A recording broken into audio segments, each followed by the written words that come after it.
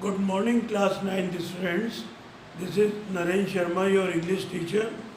Today I am going to take P4th of your textbook, Beehive, poem number 4.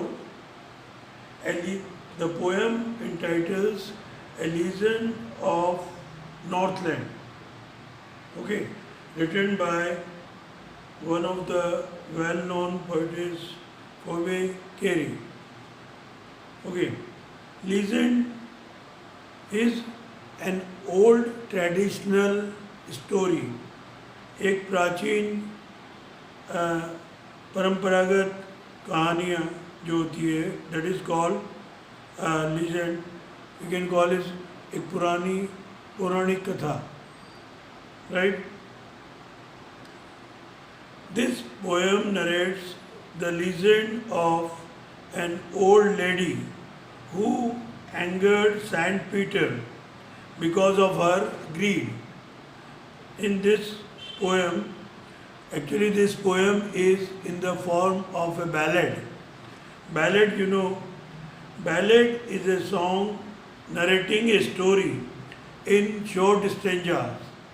Ballad एक प्रकार का गीत होता है जिसके अंदर छोटे छोटे स्टेंजास के अंदर एक कहानी के बारे में कहा जाता है. Ballads are a part of folk culture और popular culture and are passed on orally from one generation to the next. Ballad जो है हमारी लोक संस्कृति का एक भाग है, लोकप्रिय संस्कृति का, और ये इस प्रकार की जो कहानियाँ हैं वो मौखिक रूप से, यानी कि दादा परदादा आपके पिताजी अपने बच्चों को जो कहानियाँ सुनाते हैं, फिर वो बच्चे जो बड़े होते हैं तो वो अपने बच्चों को सुनाते हैं. तो this kind of stories in the form of ballads are passed on orally from one generation to the next. एक पीढ़ी से दूसरी पीढ़ी में लोगों के द्वारा मौखिक रूप से पीढ़ी दर पीढ़ी अपने वंशजों से जो कहानियाँ सुनी हुई है, फोर फादर से, फिर फादर, फिर उसके बाद सन, when son becomes father, he narrates the same kind of story to his own children, like that. So in this way these stories are told orally and they pass on from one generation to the next. A legend of the Northland is a ballad.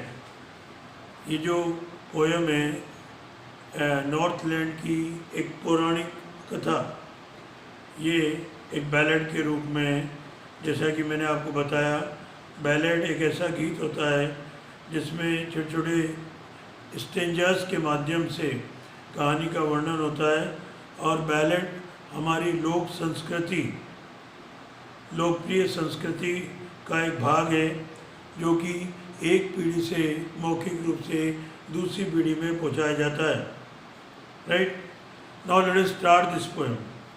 Away away in the Northland where the hours of day are few and the nights are so long in winter that they cannot sleep them through. Now Northland is a country situated in the extreme east, okay, where the sun shines for more hours in comparison to the farthest westward side. Away away in the Northland, बहुत दूर Northland नामक देश में, where hours of the day are few, जहाँ दिन के घंटे बहुत थोड़े होते हैं इसकी भौगोलिक स्थिति के कारण. And the nights are so long in winter, और विशेष रूप से सर्दी के मौसम में रातें बहुत लंबी होती हैं.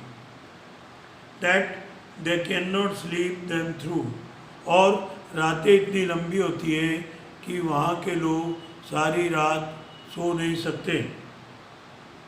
Okay, so extreme far away in the Northland, where the day hours are very short, very few, and especially in winter season, the nights are quite long. So people are unable to sleep throughout the night. Okay, where they harness the swift reindeer. Now reindeer is an animal belonging to dog class, right? And these reindeers are very helpful in extremely cold countries. They just draw the sledges. Sledge is a wheelless cart which helps them in carrying one thing from one place to another, and people also ride in these sledge carts. Okay, harness the leather strip that is attached from the mouth of the reindeer to the rest part of the cart that is attached to it, harness. Where the harness of swift reindeer to the sledges where it snows, and the children look like bear cubs in their funny furry clothes. Now Northland is a cold country. You can hear the harness having some bell attached to it. When the reindeer moves swiftly, the harness of the bell affixed to the leather strap starts ringing to the sledges where it snows. Okay. Now these reindeers are used in drawing the sledges. Sledges, as I just told you, are wheelless cart. They are having a smooth uh, rectangular piece, long piece of wood as a wheel, which is quite smooth from the below. So there is less friction as the surfaces are covered with snow. Okay, to the sledges. The harness of the cart, okay, sledges, the cart driven by reindeers. And when it snows there, so these reindeers draw the sledges, and the children, in order to protect themselves from the extreme cold, they cover up their body with funny furry clothes. Okay, so they appear like that of cubs, a tiger, lion, baby, a bear baby is called cub. Okay, तो वहाँ Northland नामक बर्फीले प्रदेश में आप reindeers के द्वारा खींचे जाने वाली स्लेजेस जो बिना पहियों की गाड़ी होती है, तो रेंडियर अटैच रहता है कार्ड से इस हार्नेस के द्वारा, एक तरह से लगाम आप उसको कह सकते हैं, राइट। इसके अंदर छोटी छोटी बैल्स लगी होती हैं, तो as the reindeer moves the bell starts producing jingling sound. Okay, as they are cold country, चूँकि नॉर्थलैंड एक ठंडा प्रदेश है, तो वहाँ पर बर्फबारी होती रहती है, हिमपात होता रहता है, और वहाँ पर रहने वाले जो बच्चे हैं वो एकदम भालू के बच्चे की तरह दिखाई पड़ते हैं। उनकी वो मजाकिया से फर वाले कपड़े, केवल मुंह का पोर्शन नज़र आता है और सारा कान वगैरह उनके सब ढके होते हैं। And they are having gloves in their hand and putting on shoes that protect their body from the extreme cold, right. They tell them a curious story, I don't believe it is true, and yet you may learn a lesson if I tell the tale to you. Okay. Now let me tell you something about these three words: T A L E, tell, right? T E double L, tell, right? T A I L, tell. This tale means story. This tale means to say something, and this tale is the part of animal's body situated at the back. We call it pooch, right? So they tell them a curious story. They here stands for people living in Northland.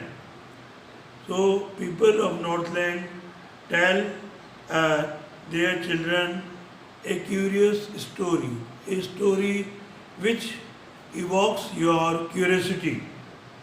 I don't believe it is true. Okay, it is not sure whether the story is true or not, according to the poetess. And yet, you may learn a lesson if I tell the tale to you. Okay. Now, after hearing that particular story, you may take a lesson after hearing that story. If the poetess is going to narrate the same story before you, तो north land में रहने वाले लोग उनके बच्चों को एक बड़ी जिज्ञासापूर्ण कहानी सुनाते हैं। और यदि मैं यानी कि कवियत्री यदि आपको इस तरह की कहानी सुनाएगी तो आप वो स्वयं भी इस बात को कह रही है कि मेरा ऐसा विश्वास नहीं है कि जो कहानी उनके द्वारा सुनाई जा रही है वो सत्य है या नहीं। फिर भी इस कहानी को सुनने के बाद आप उससे एक शिक्षा, एक नैतिक शिक्षा, एक सबक सीखेंगे। If I tell the tale to you, if I am going to tell the same story to you, यदि मैं वही कहानी आपको भी सुनाऊं। I here stands for the poets. Once when the good Saint Peter, now Saint Peter, an apostle of Christ, Isa Masih का एक disciple, okay, Isa Masih का शिष्य, lived in the world below and walked about it, preaching just as he did, you know. एक बार की बात है कि Saint Peter जो ईसा मसीह का एक अच्छा शिष्य था, lived in the world below, वो नीचे संसार के अंदर रहता था, and walked about it preaching, और पूरे विश्व के देशों में वो अपने धर्म के प्रचार की, अपनी नैतिक शिक्षा देने के लिए यात्राएं किया करता था।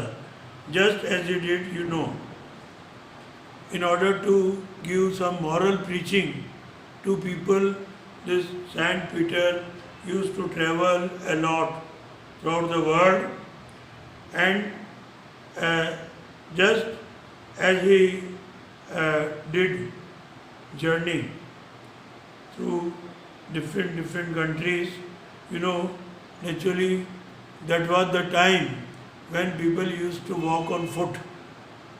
So if you are walking a long distance on foot, naturally you will get tired.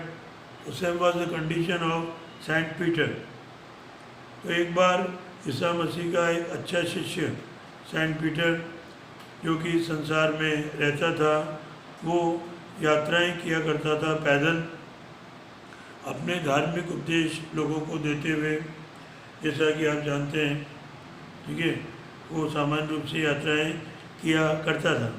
He came to the door of a cottage in traveling round the earth, where a little woman was making cakes and baking them on the hearth. Hearth means fireplace, आग जलाने का स्थान। ठीक है। तो Saint Peter जो है एक छोटे से घर के दरवाजे पर आया जब वो इस पृथ्वी पर विभिन्न देशों की यात्रा कर रहा था। वहाँ उस घर के अंदर एक छोटी सी महिला केक बना रही थी और केक बनाने के बाद आग में उनको वो पका रही थी। एक भट्टी टाइप की होती है, इसमें ट्रे के अंदर केक रखकर डाल दिया जाता है उसको पकाने के लिए। तो वो महिला केक पकाने के काम में व्यस्त थी। And being faint with fasting, for the day was almost done, he asked her from her store of cakes to give him a single one. As you know, a lot of traveling mad, Saint Peter quite tired and hungry. Okay. So, and being faint with fasting, और चूँकि वो एकदम बेहोश सा होने लगा था, मूर्छित सा होने लगा था, क्योंकि वो बिना खाए पिए पैदल यात्रा कर रहा था। It appears as if he was having fast. Okay. So and being faint with fasting, और भूखे रहने के कारण वो अपने आप को बेहोशी की स्थिति में महसूस कर रहा था, अत्यधिक भूख लगने के कारण। For the day was almost done, क्योंकि दिन लगभग समाप्त हो गया था। He asked her from her store of cakes. ठीक है। सेंट पीटर ने उस महिला से कहा कि उसके पास जो बहुत सारे केक्स घर के अंदर रखे हुए हैं, to give him a single one, तो उस केक में से एक केक वो उसे खाने के लिए दे दें। उस महिला से सेंट पीटर ने एक केक खाने के लिए मांगा। So she made a very little cake, but as it baking lay she looked at it and thought it seem too large to give away. इसलिए उस महिला ने एक छोटा सा केक बनाया, और केक बनाने के बाद जब उसने उसको पकाने के लिए भट्टी के ऊपर ट्रे में रखा, शी लुक्ड एट इट, तो उस महिला ने उस केक की तरफ देखा, and thought it seem too large to give away, और उस केक को देखकर उसने सोचा कि ये केक इतना बड़ा बन गया है कि जो है इसे मैं सेंट पीटर को नहीं दे सकती। So that lady made a very small little cake. When she put it in the baking lay, that is by placing cake in tray and keeping it inside the hearth. When she looked towards the cake minutely, she thought that this cake appears to be too big to give away to anyone, right? जब उसने वो छोटा सा cake बनाया और बनाकर उसे पकाया, तो जब उसने गौर से उसकी ओर देखा तो ये सोचा कि ये केक तो इतना बड़ा प्रतीत हो रहा है कि मैं इसे किसी को दे नहीं सकती। Therefore she needed another and still a smaller one. इसके बाद उसने जो है एक दूसरा केक के लिए जो है वो लगाया, यानी कि केक का वो डो जो बनाया जाता है मैदा का या किसी और मटेरियल का, राइट। तो उसने दूसरा मैदा का वो गूंदा, and still a smaller one, और वो चाह रही थी कि अब मैं एक छोटा केक बनाऊं। But it looked when she turn it over as large as the first had done. लेकिन जब उसने उस केक की ओर देखा और उस केक को उसने पलटा, तो उसको देखने में वो केक पहले केक के समान ही बड़ा दिखाई पड़ा। नीडेड का मतलब जैसे आटा गूंदना होता है, ऐसे ही मैदा को लगाया जाता है, बैक किया जाता है, राइट, केक बनाने के लिए. Then she took a tiny scrap of dough and rolled it flat and baked it thin as a wafer, but she couldn't part with that. Right? फिर उसने वो केक का जो मैदा लगी हुई थी उसका एक छोटा सा टुकड़ा उसने लिया. Scrap here means a small piece, right, and rolled it flat, और उसे एक समतल सतह के ऊपर रखकर एकदम चपटा कर लिया. And baked it as thin as a wafer, और उसे उसने एक जो पोटैटो वेफर्स आते हैं उसकी तरफ रोल कर करके एकदम पतला कर लिया.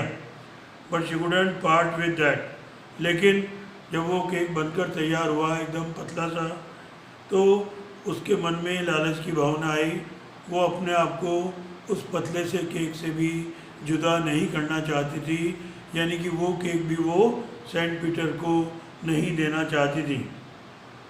For she said, my cakes that seem too small when I eat of them myself and yet too large to give away. So she put them on the shelf. क्योंकि वो महिला कहने लगी कि मेरे केक देखने में बहुत छोटे प्रतीत होते हैं, लेकिन जब इन केक को मैं स्वयं खाती हूँ तो तब मुझे किसी को देने में ये केक बड़े प्रतीत होते हैं. इसलिए लालच की भावना मन में आने के बाद उस महिला ने वो पतले से केक को भी अलमारी के अंदर रख दिया.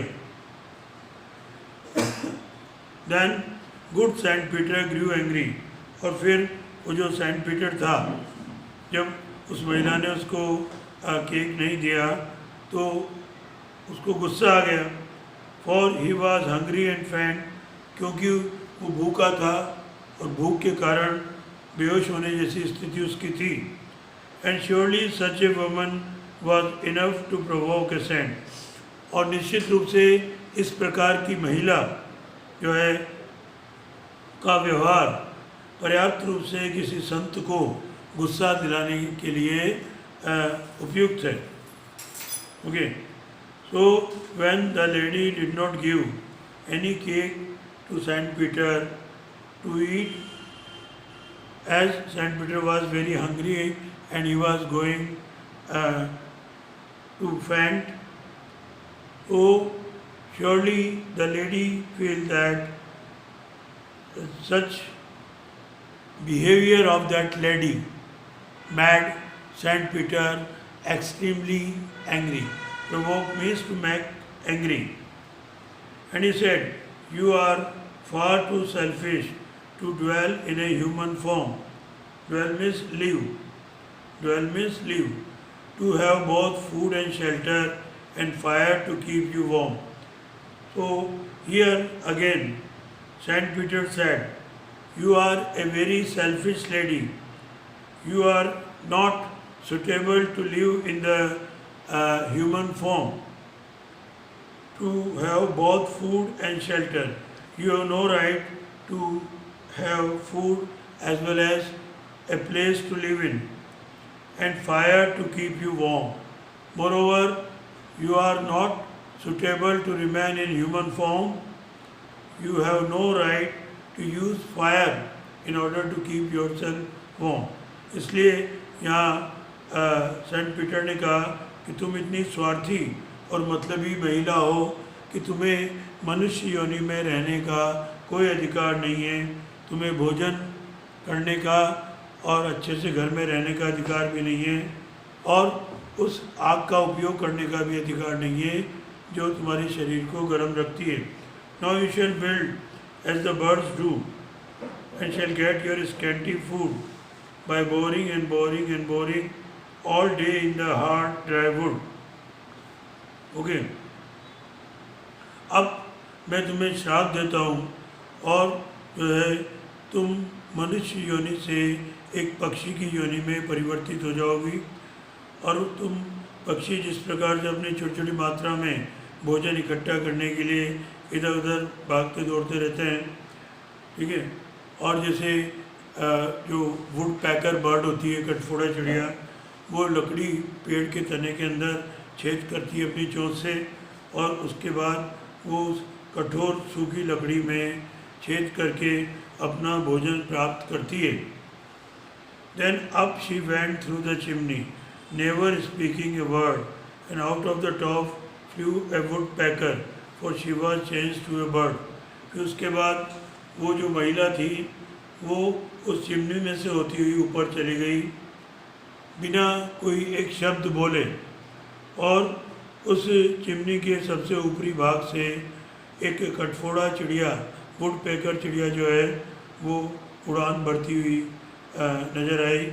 For she was change into a bird, क्योंकि सेंट पीटर ने अपने गुस्से के कारण उस महिला को एक पक्षी वुडपेकर के रूप में परिवर्तित कर दिया था. She had a scarlet cap on her head, उस पक्षी के, कटफोड़ा चिड़िया के सर के ऊपर सिंदूरी लाल रंग के पंख से लगे हुए थे, टोपी के समान. That was left the same, और उस वुडपेकर बर्ड को मनुष्य योनि से परिवर्तित करके सेंट पीटर के गुस्से के कारण बना दिया गया. But all the rest of her clothes were burn black as a coal in the flame. ठीक है, लेकिन उसके शरीर के जो बाकी बचे हुए वस्त्र इत्यादि थे उस महिला के, उनको भी जलाकर जो है कोयले के समान काली लपटों के अंदर परिवर्तित कर दिया गया. ठीक है, यानी कि उसके जो कपड़े थे वो आग में जलकर काले कोयले के समान आग की लपटों के कारण हो गए. यहाँ कटफोड़ा चिड़िया की रंग से तात्पर्य है. And every country school boy has seen her in the wood, और देश में प्रत्येक भाग में रहने वाले, स्कूल जाने वाले बच्चे, उन्होंने उस कटफोड़ा चिड़िया को जंगल में पेड़ के तनों में छेद करते हुए देखा. Where she lives in the trees till this very day, boring and boring for food. वो वुडपेकर बर्ड उन पेड़ों पर आज भी रहती है. वो महिला जो वुडपेकर के रूप में परिवर्तित की गई, लालची प्रवृत्ति की महिला, आज भी वो पेड़ के तनों में अपनी चोंच से बार बार छेद कर करके जो है थोड़ी मात्रा में, अल्प मात्रा में अपने स्कैंटी फूड यानी कि कम मात्रा में भोजन को प्राप्त करती है कठोर परिश्रम करने के बाद. So this is all about this poem. I will send you PDF of this poem containing extract and question answers. Okay, thank you very much. Go through the poem. Bye.